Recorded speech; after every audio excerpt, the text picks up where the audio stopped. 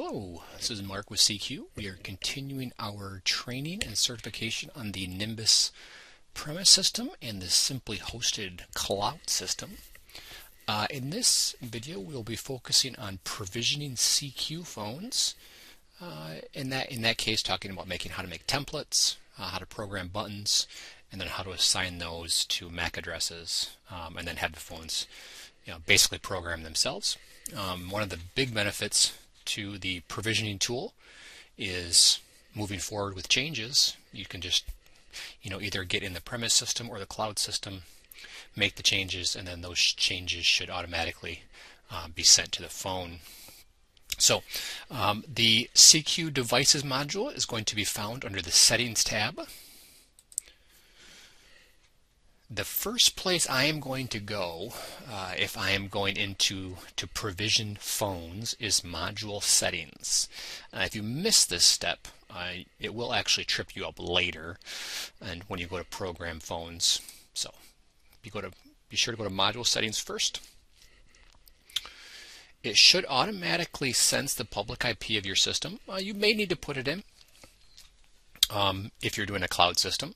So in this case, we have, there's our public IP that matches the IP of the phone system. If you're working with a premise Nimbus, that would be your local IP for your module, because your phones will be provisioned locally. You can just leave this as is, no need to change that. Click on the provisioning tab and verify also here that you've got your public IP right, or your IP right. This will be your local IP if you're using a premise system. Provisioning port is default 2580. You can leave that alone. No need to change anything with username and password. And HTTP is fine. And then click on firmware and just verify that these are completed. There's two versions of the CQ phones. There's a V1 and the V2.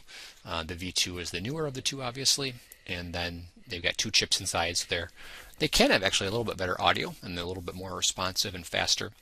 But just verify that this is filled in with the firmware. If it's not, you can use the force the firmware refresh, and the system will go out and grab new firmware. At this point, once you've just gone in here and just verified that this is correct, go ahead and hit submit. So a lot of times you don't actually, especially for a cloud system, simply hosted, you don't need to make any changes there. Premise system you do. Okay, so first one, module settings. Next, if you go over here to the right, pull out the menu, we are going to add a template. So template is like your global settings in some way, and you can create multiple templates. So we'll call this global, and here's where you can change the username and password for the admin, the user, and then this is the IP of the phone system, your primary host. And then down here, you also have provisioning server, so this is where the phone is going to look for its files. 99.9% of the time, these two addresses are the same. If you're doing a premise system, you would want to make sure that these are your local IPs. If you're working with local phones, if you're working with remote phones, you can do remote phones for provisioning, but you would need to change the provisioning protocol to HTTP and then change that. You're going to have two templates. You're going to have one for local phones and one for remote phones. In this case, we only have the systems in the cloud, so every phone is remote. So notice when I hit module settings, it's taking this information from the first place I was. It was the module settings, so it's the username and password. And this is an important one, 2580. This is the port that the phones talk to the phone system. So if it's a simply hosted, we take care of that for you in terms of we allow traffic on 2580 TCP from the site where the phones are. So if that IP changes, the phones will keep working typically, but they might not get button changes. If you're working with a local Nimbus system, you would need to forward 2580 TCP to the phone system if you're going to have remote phones. From here, you don't need me to go through every single setting, but you've got a wide variety of settings you can change on the phone. Call waiting, volume, all of these sorts of missed calls, What kind of transfer do you want? Blind, voice, is the voicemail key, is the app, or is it the feature code? One thing I like to do for the long press idle state, I like to put a star in there. That's a pretty handy feature if you've got a BLF key for an extension and you want to transfer a call directly to that person's voicemail. You can just press and hold that BLF key, and if you have a star here, it will just transfer that call to the voicemail of that extension. So if you've got a BLF key for an extension, just pressing that BLF key will transfer the call to that person and their phone will ring. If you press and hold it, if you have this star here, it will transfer to their voicemail. So there's other settings here you can change to read about. Regional settings, directory settings. If you're doing multicast, you can put that in here. Regional settings, this is where you change the time zone for your phones. So we'll go ahead and set this to Detroit. You can change a few other things about daylight savings time and so on.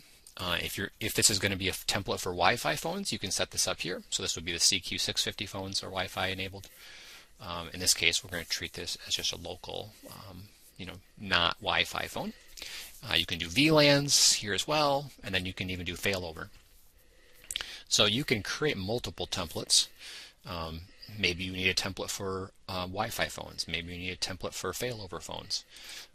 I'm just going to create this. Okay. Everybody's happy here. Now, one thing you notice here is it will automatically give you the provisioning address, which is super nice. So it gives you the address that phones will use to get their files. It's got the username, it's got the password, it's got the IP of the phone system, and then it's got the port 2580. So we'll come back to that in a little bit. That's step 2. Step 3 is to create an actual model. So what buttons are you going to use? So in this case, I've got a 450 that I'm going to use. So I'm just going to select 450. We'll call this CQ450 test. You can change some things here as well. I won't go through all of these, but USB keys, that's like the emergency buttons you can attach to phones. This is where you select what that key button does. But the main is the line keys. This is much like any other provisioning. So you typically have a couple lines, then maybe you've got a call park, and then maybe you've got a BLF for lot 71, and then you maybe you've got a lot 72.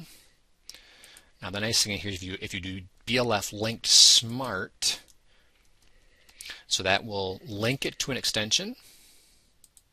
And if you go and change 102 from Sam to Jenny 3 months from now, it will update the key for you. So it's linked to that extension, which is super nice. So I always encourage the linked smart. The smart just indicates it can tell the difference between a long and a short hold. That's where the star comes in, where the call goes directly to the voicemail as opposed to transferring it to the phone and having it ring. So that's BLF linked smart. I think is always a nice feature here. So I'm going to go ahead and hit submit. The nice thing here is you can also duplicate. So once we save this, there you go. There's also a clone model, so you can clone this and then change some buttons. You can clone it and make it actually a 650, so you don't have to recreate it every single time. All right, so now we have ourselves our global. We've got our model. Now you want to go to device mapping, and device mapping is where you assign a MAC address to an extension. So if we do add mapping, and then we want to do extension 101, that's going to be contact 1. You can have multiple devices for the same extension. Template, global, model, we're doing a 450, and then all we need is the MAC address for the phone. So I've got that right here. Might have to log in. Okay, so if we copy the MAC address, and you can leave it as it is. You can delete the colons if you like, semicolons if you like, and just hit submit. Notice it just takes them out for you. Okay, now in this case, the phone system has made a file for this MAC address with the settings that we just made. The phone right now does not know about that file. The phone needs to know where to get that file. If you are working with CQ phones, we can do this second step for you. on the back end using a redirect server. Every time the CQ phone boots up, it checks in at the redirect server, and the redirect server says, oh, that's your MAC address. Here's your files. Or it actually tells it to go find its files at the phone system. But if you're not using that redirect server, go to your global template, copy the provisioning address, and this is similar for third-party phones. This just happens to be for the CQ phones. And then go to Management, Auto Provision, and then for the config server path, all you have to do is paste it in there. You don't have to change anything else. Go ahead and hit Save, and then you can hit Auto Provision now. Typically, you see a flash on the screen. It'll say provisioning, please wait, and then if there's an error, it might say provisioning failed, and typically that means that the phone can't get to the phone system. Could be a firewall. As I mentioned before, it talks to the system on port 2580. So if 2580 TCP is not open to the IP address where the phone is, the public IP, then it won't be able to find it. It can't get to the phone system. It's blocked. If it can't get to the phone system, it'll go ahead and provision itself. And notice we're logged out. Our old username and password won't work.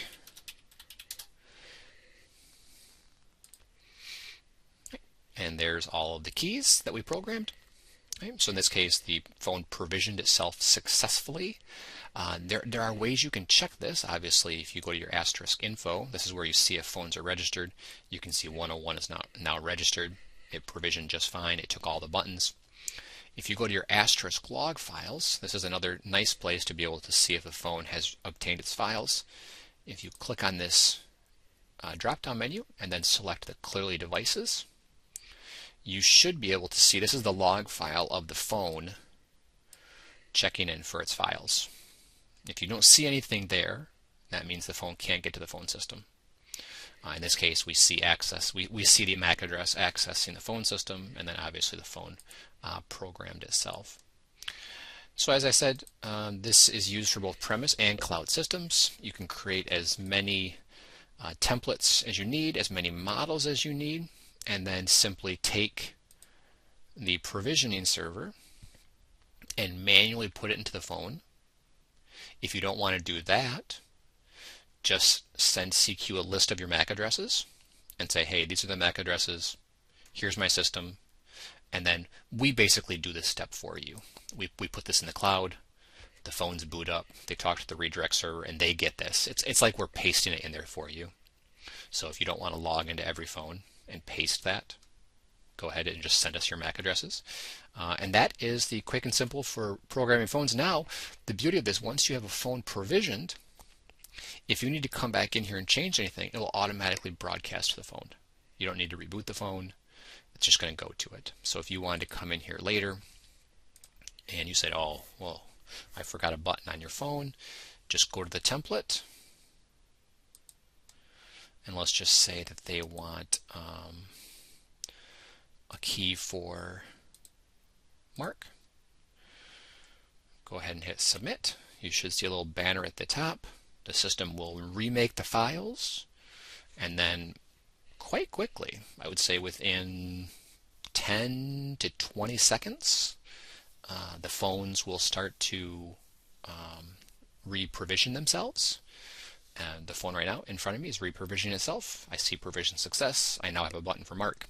So that's the beauty of provisioning versus manually programming phones. Manually programming phones, if you've got changes later on, you're going to have to go back in there and change all the phones manually.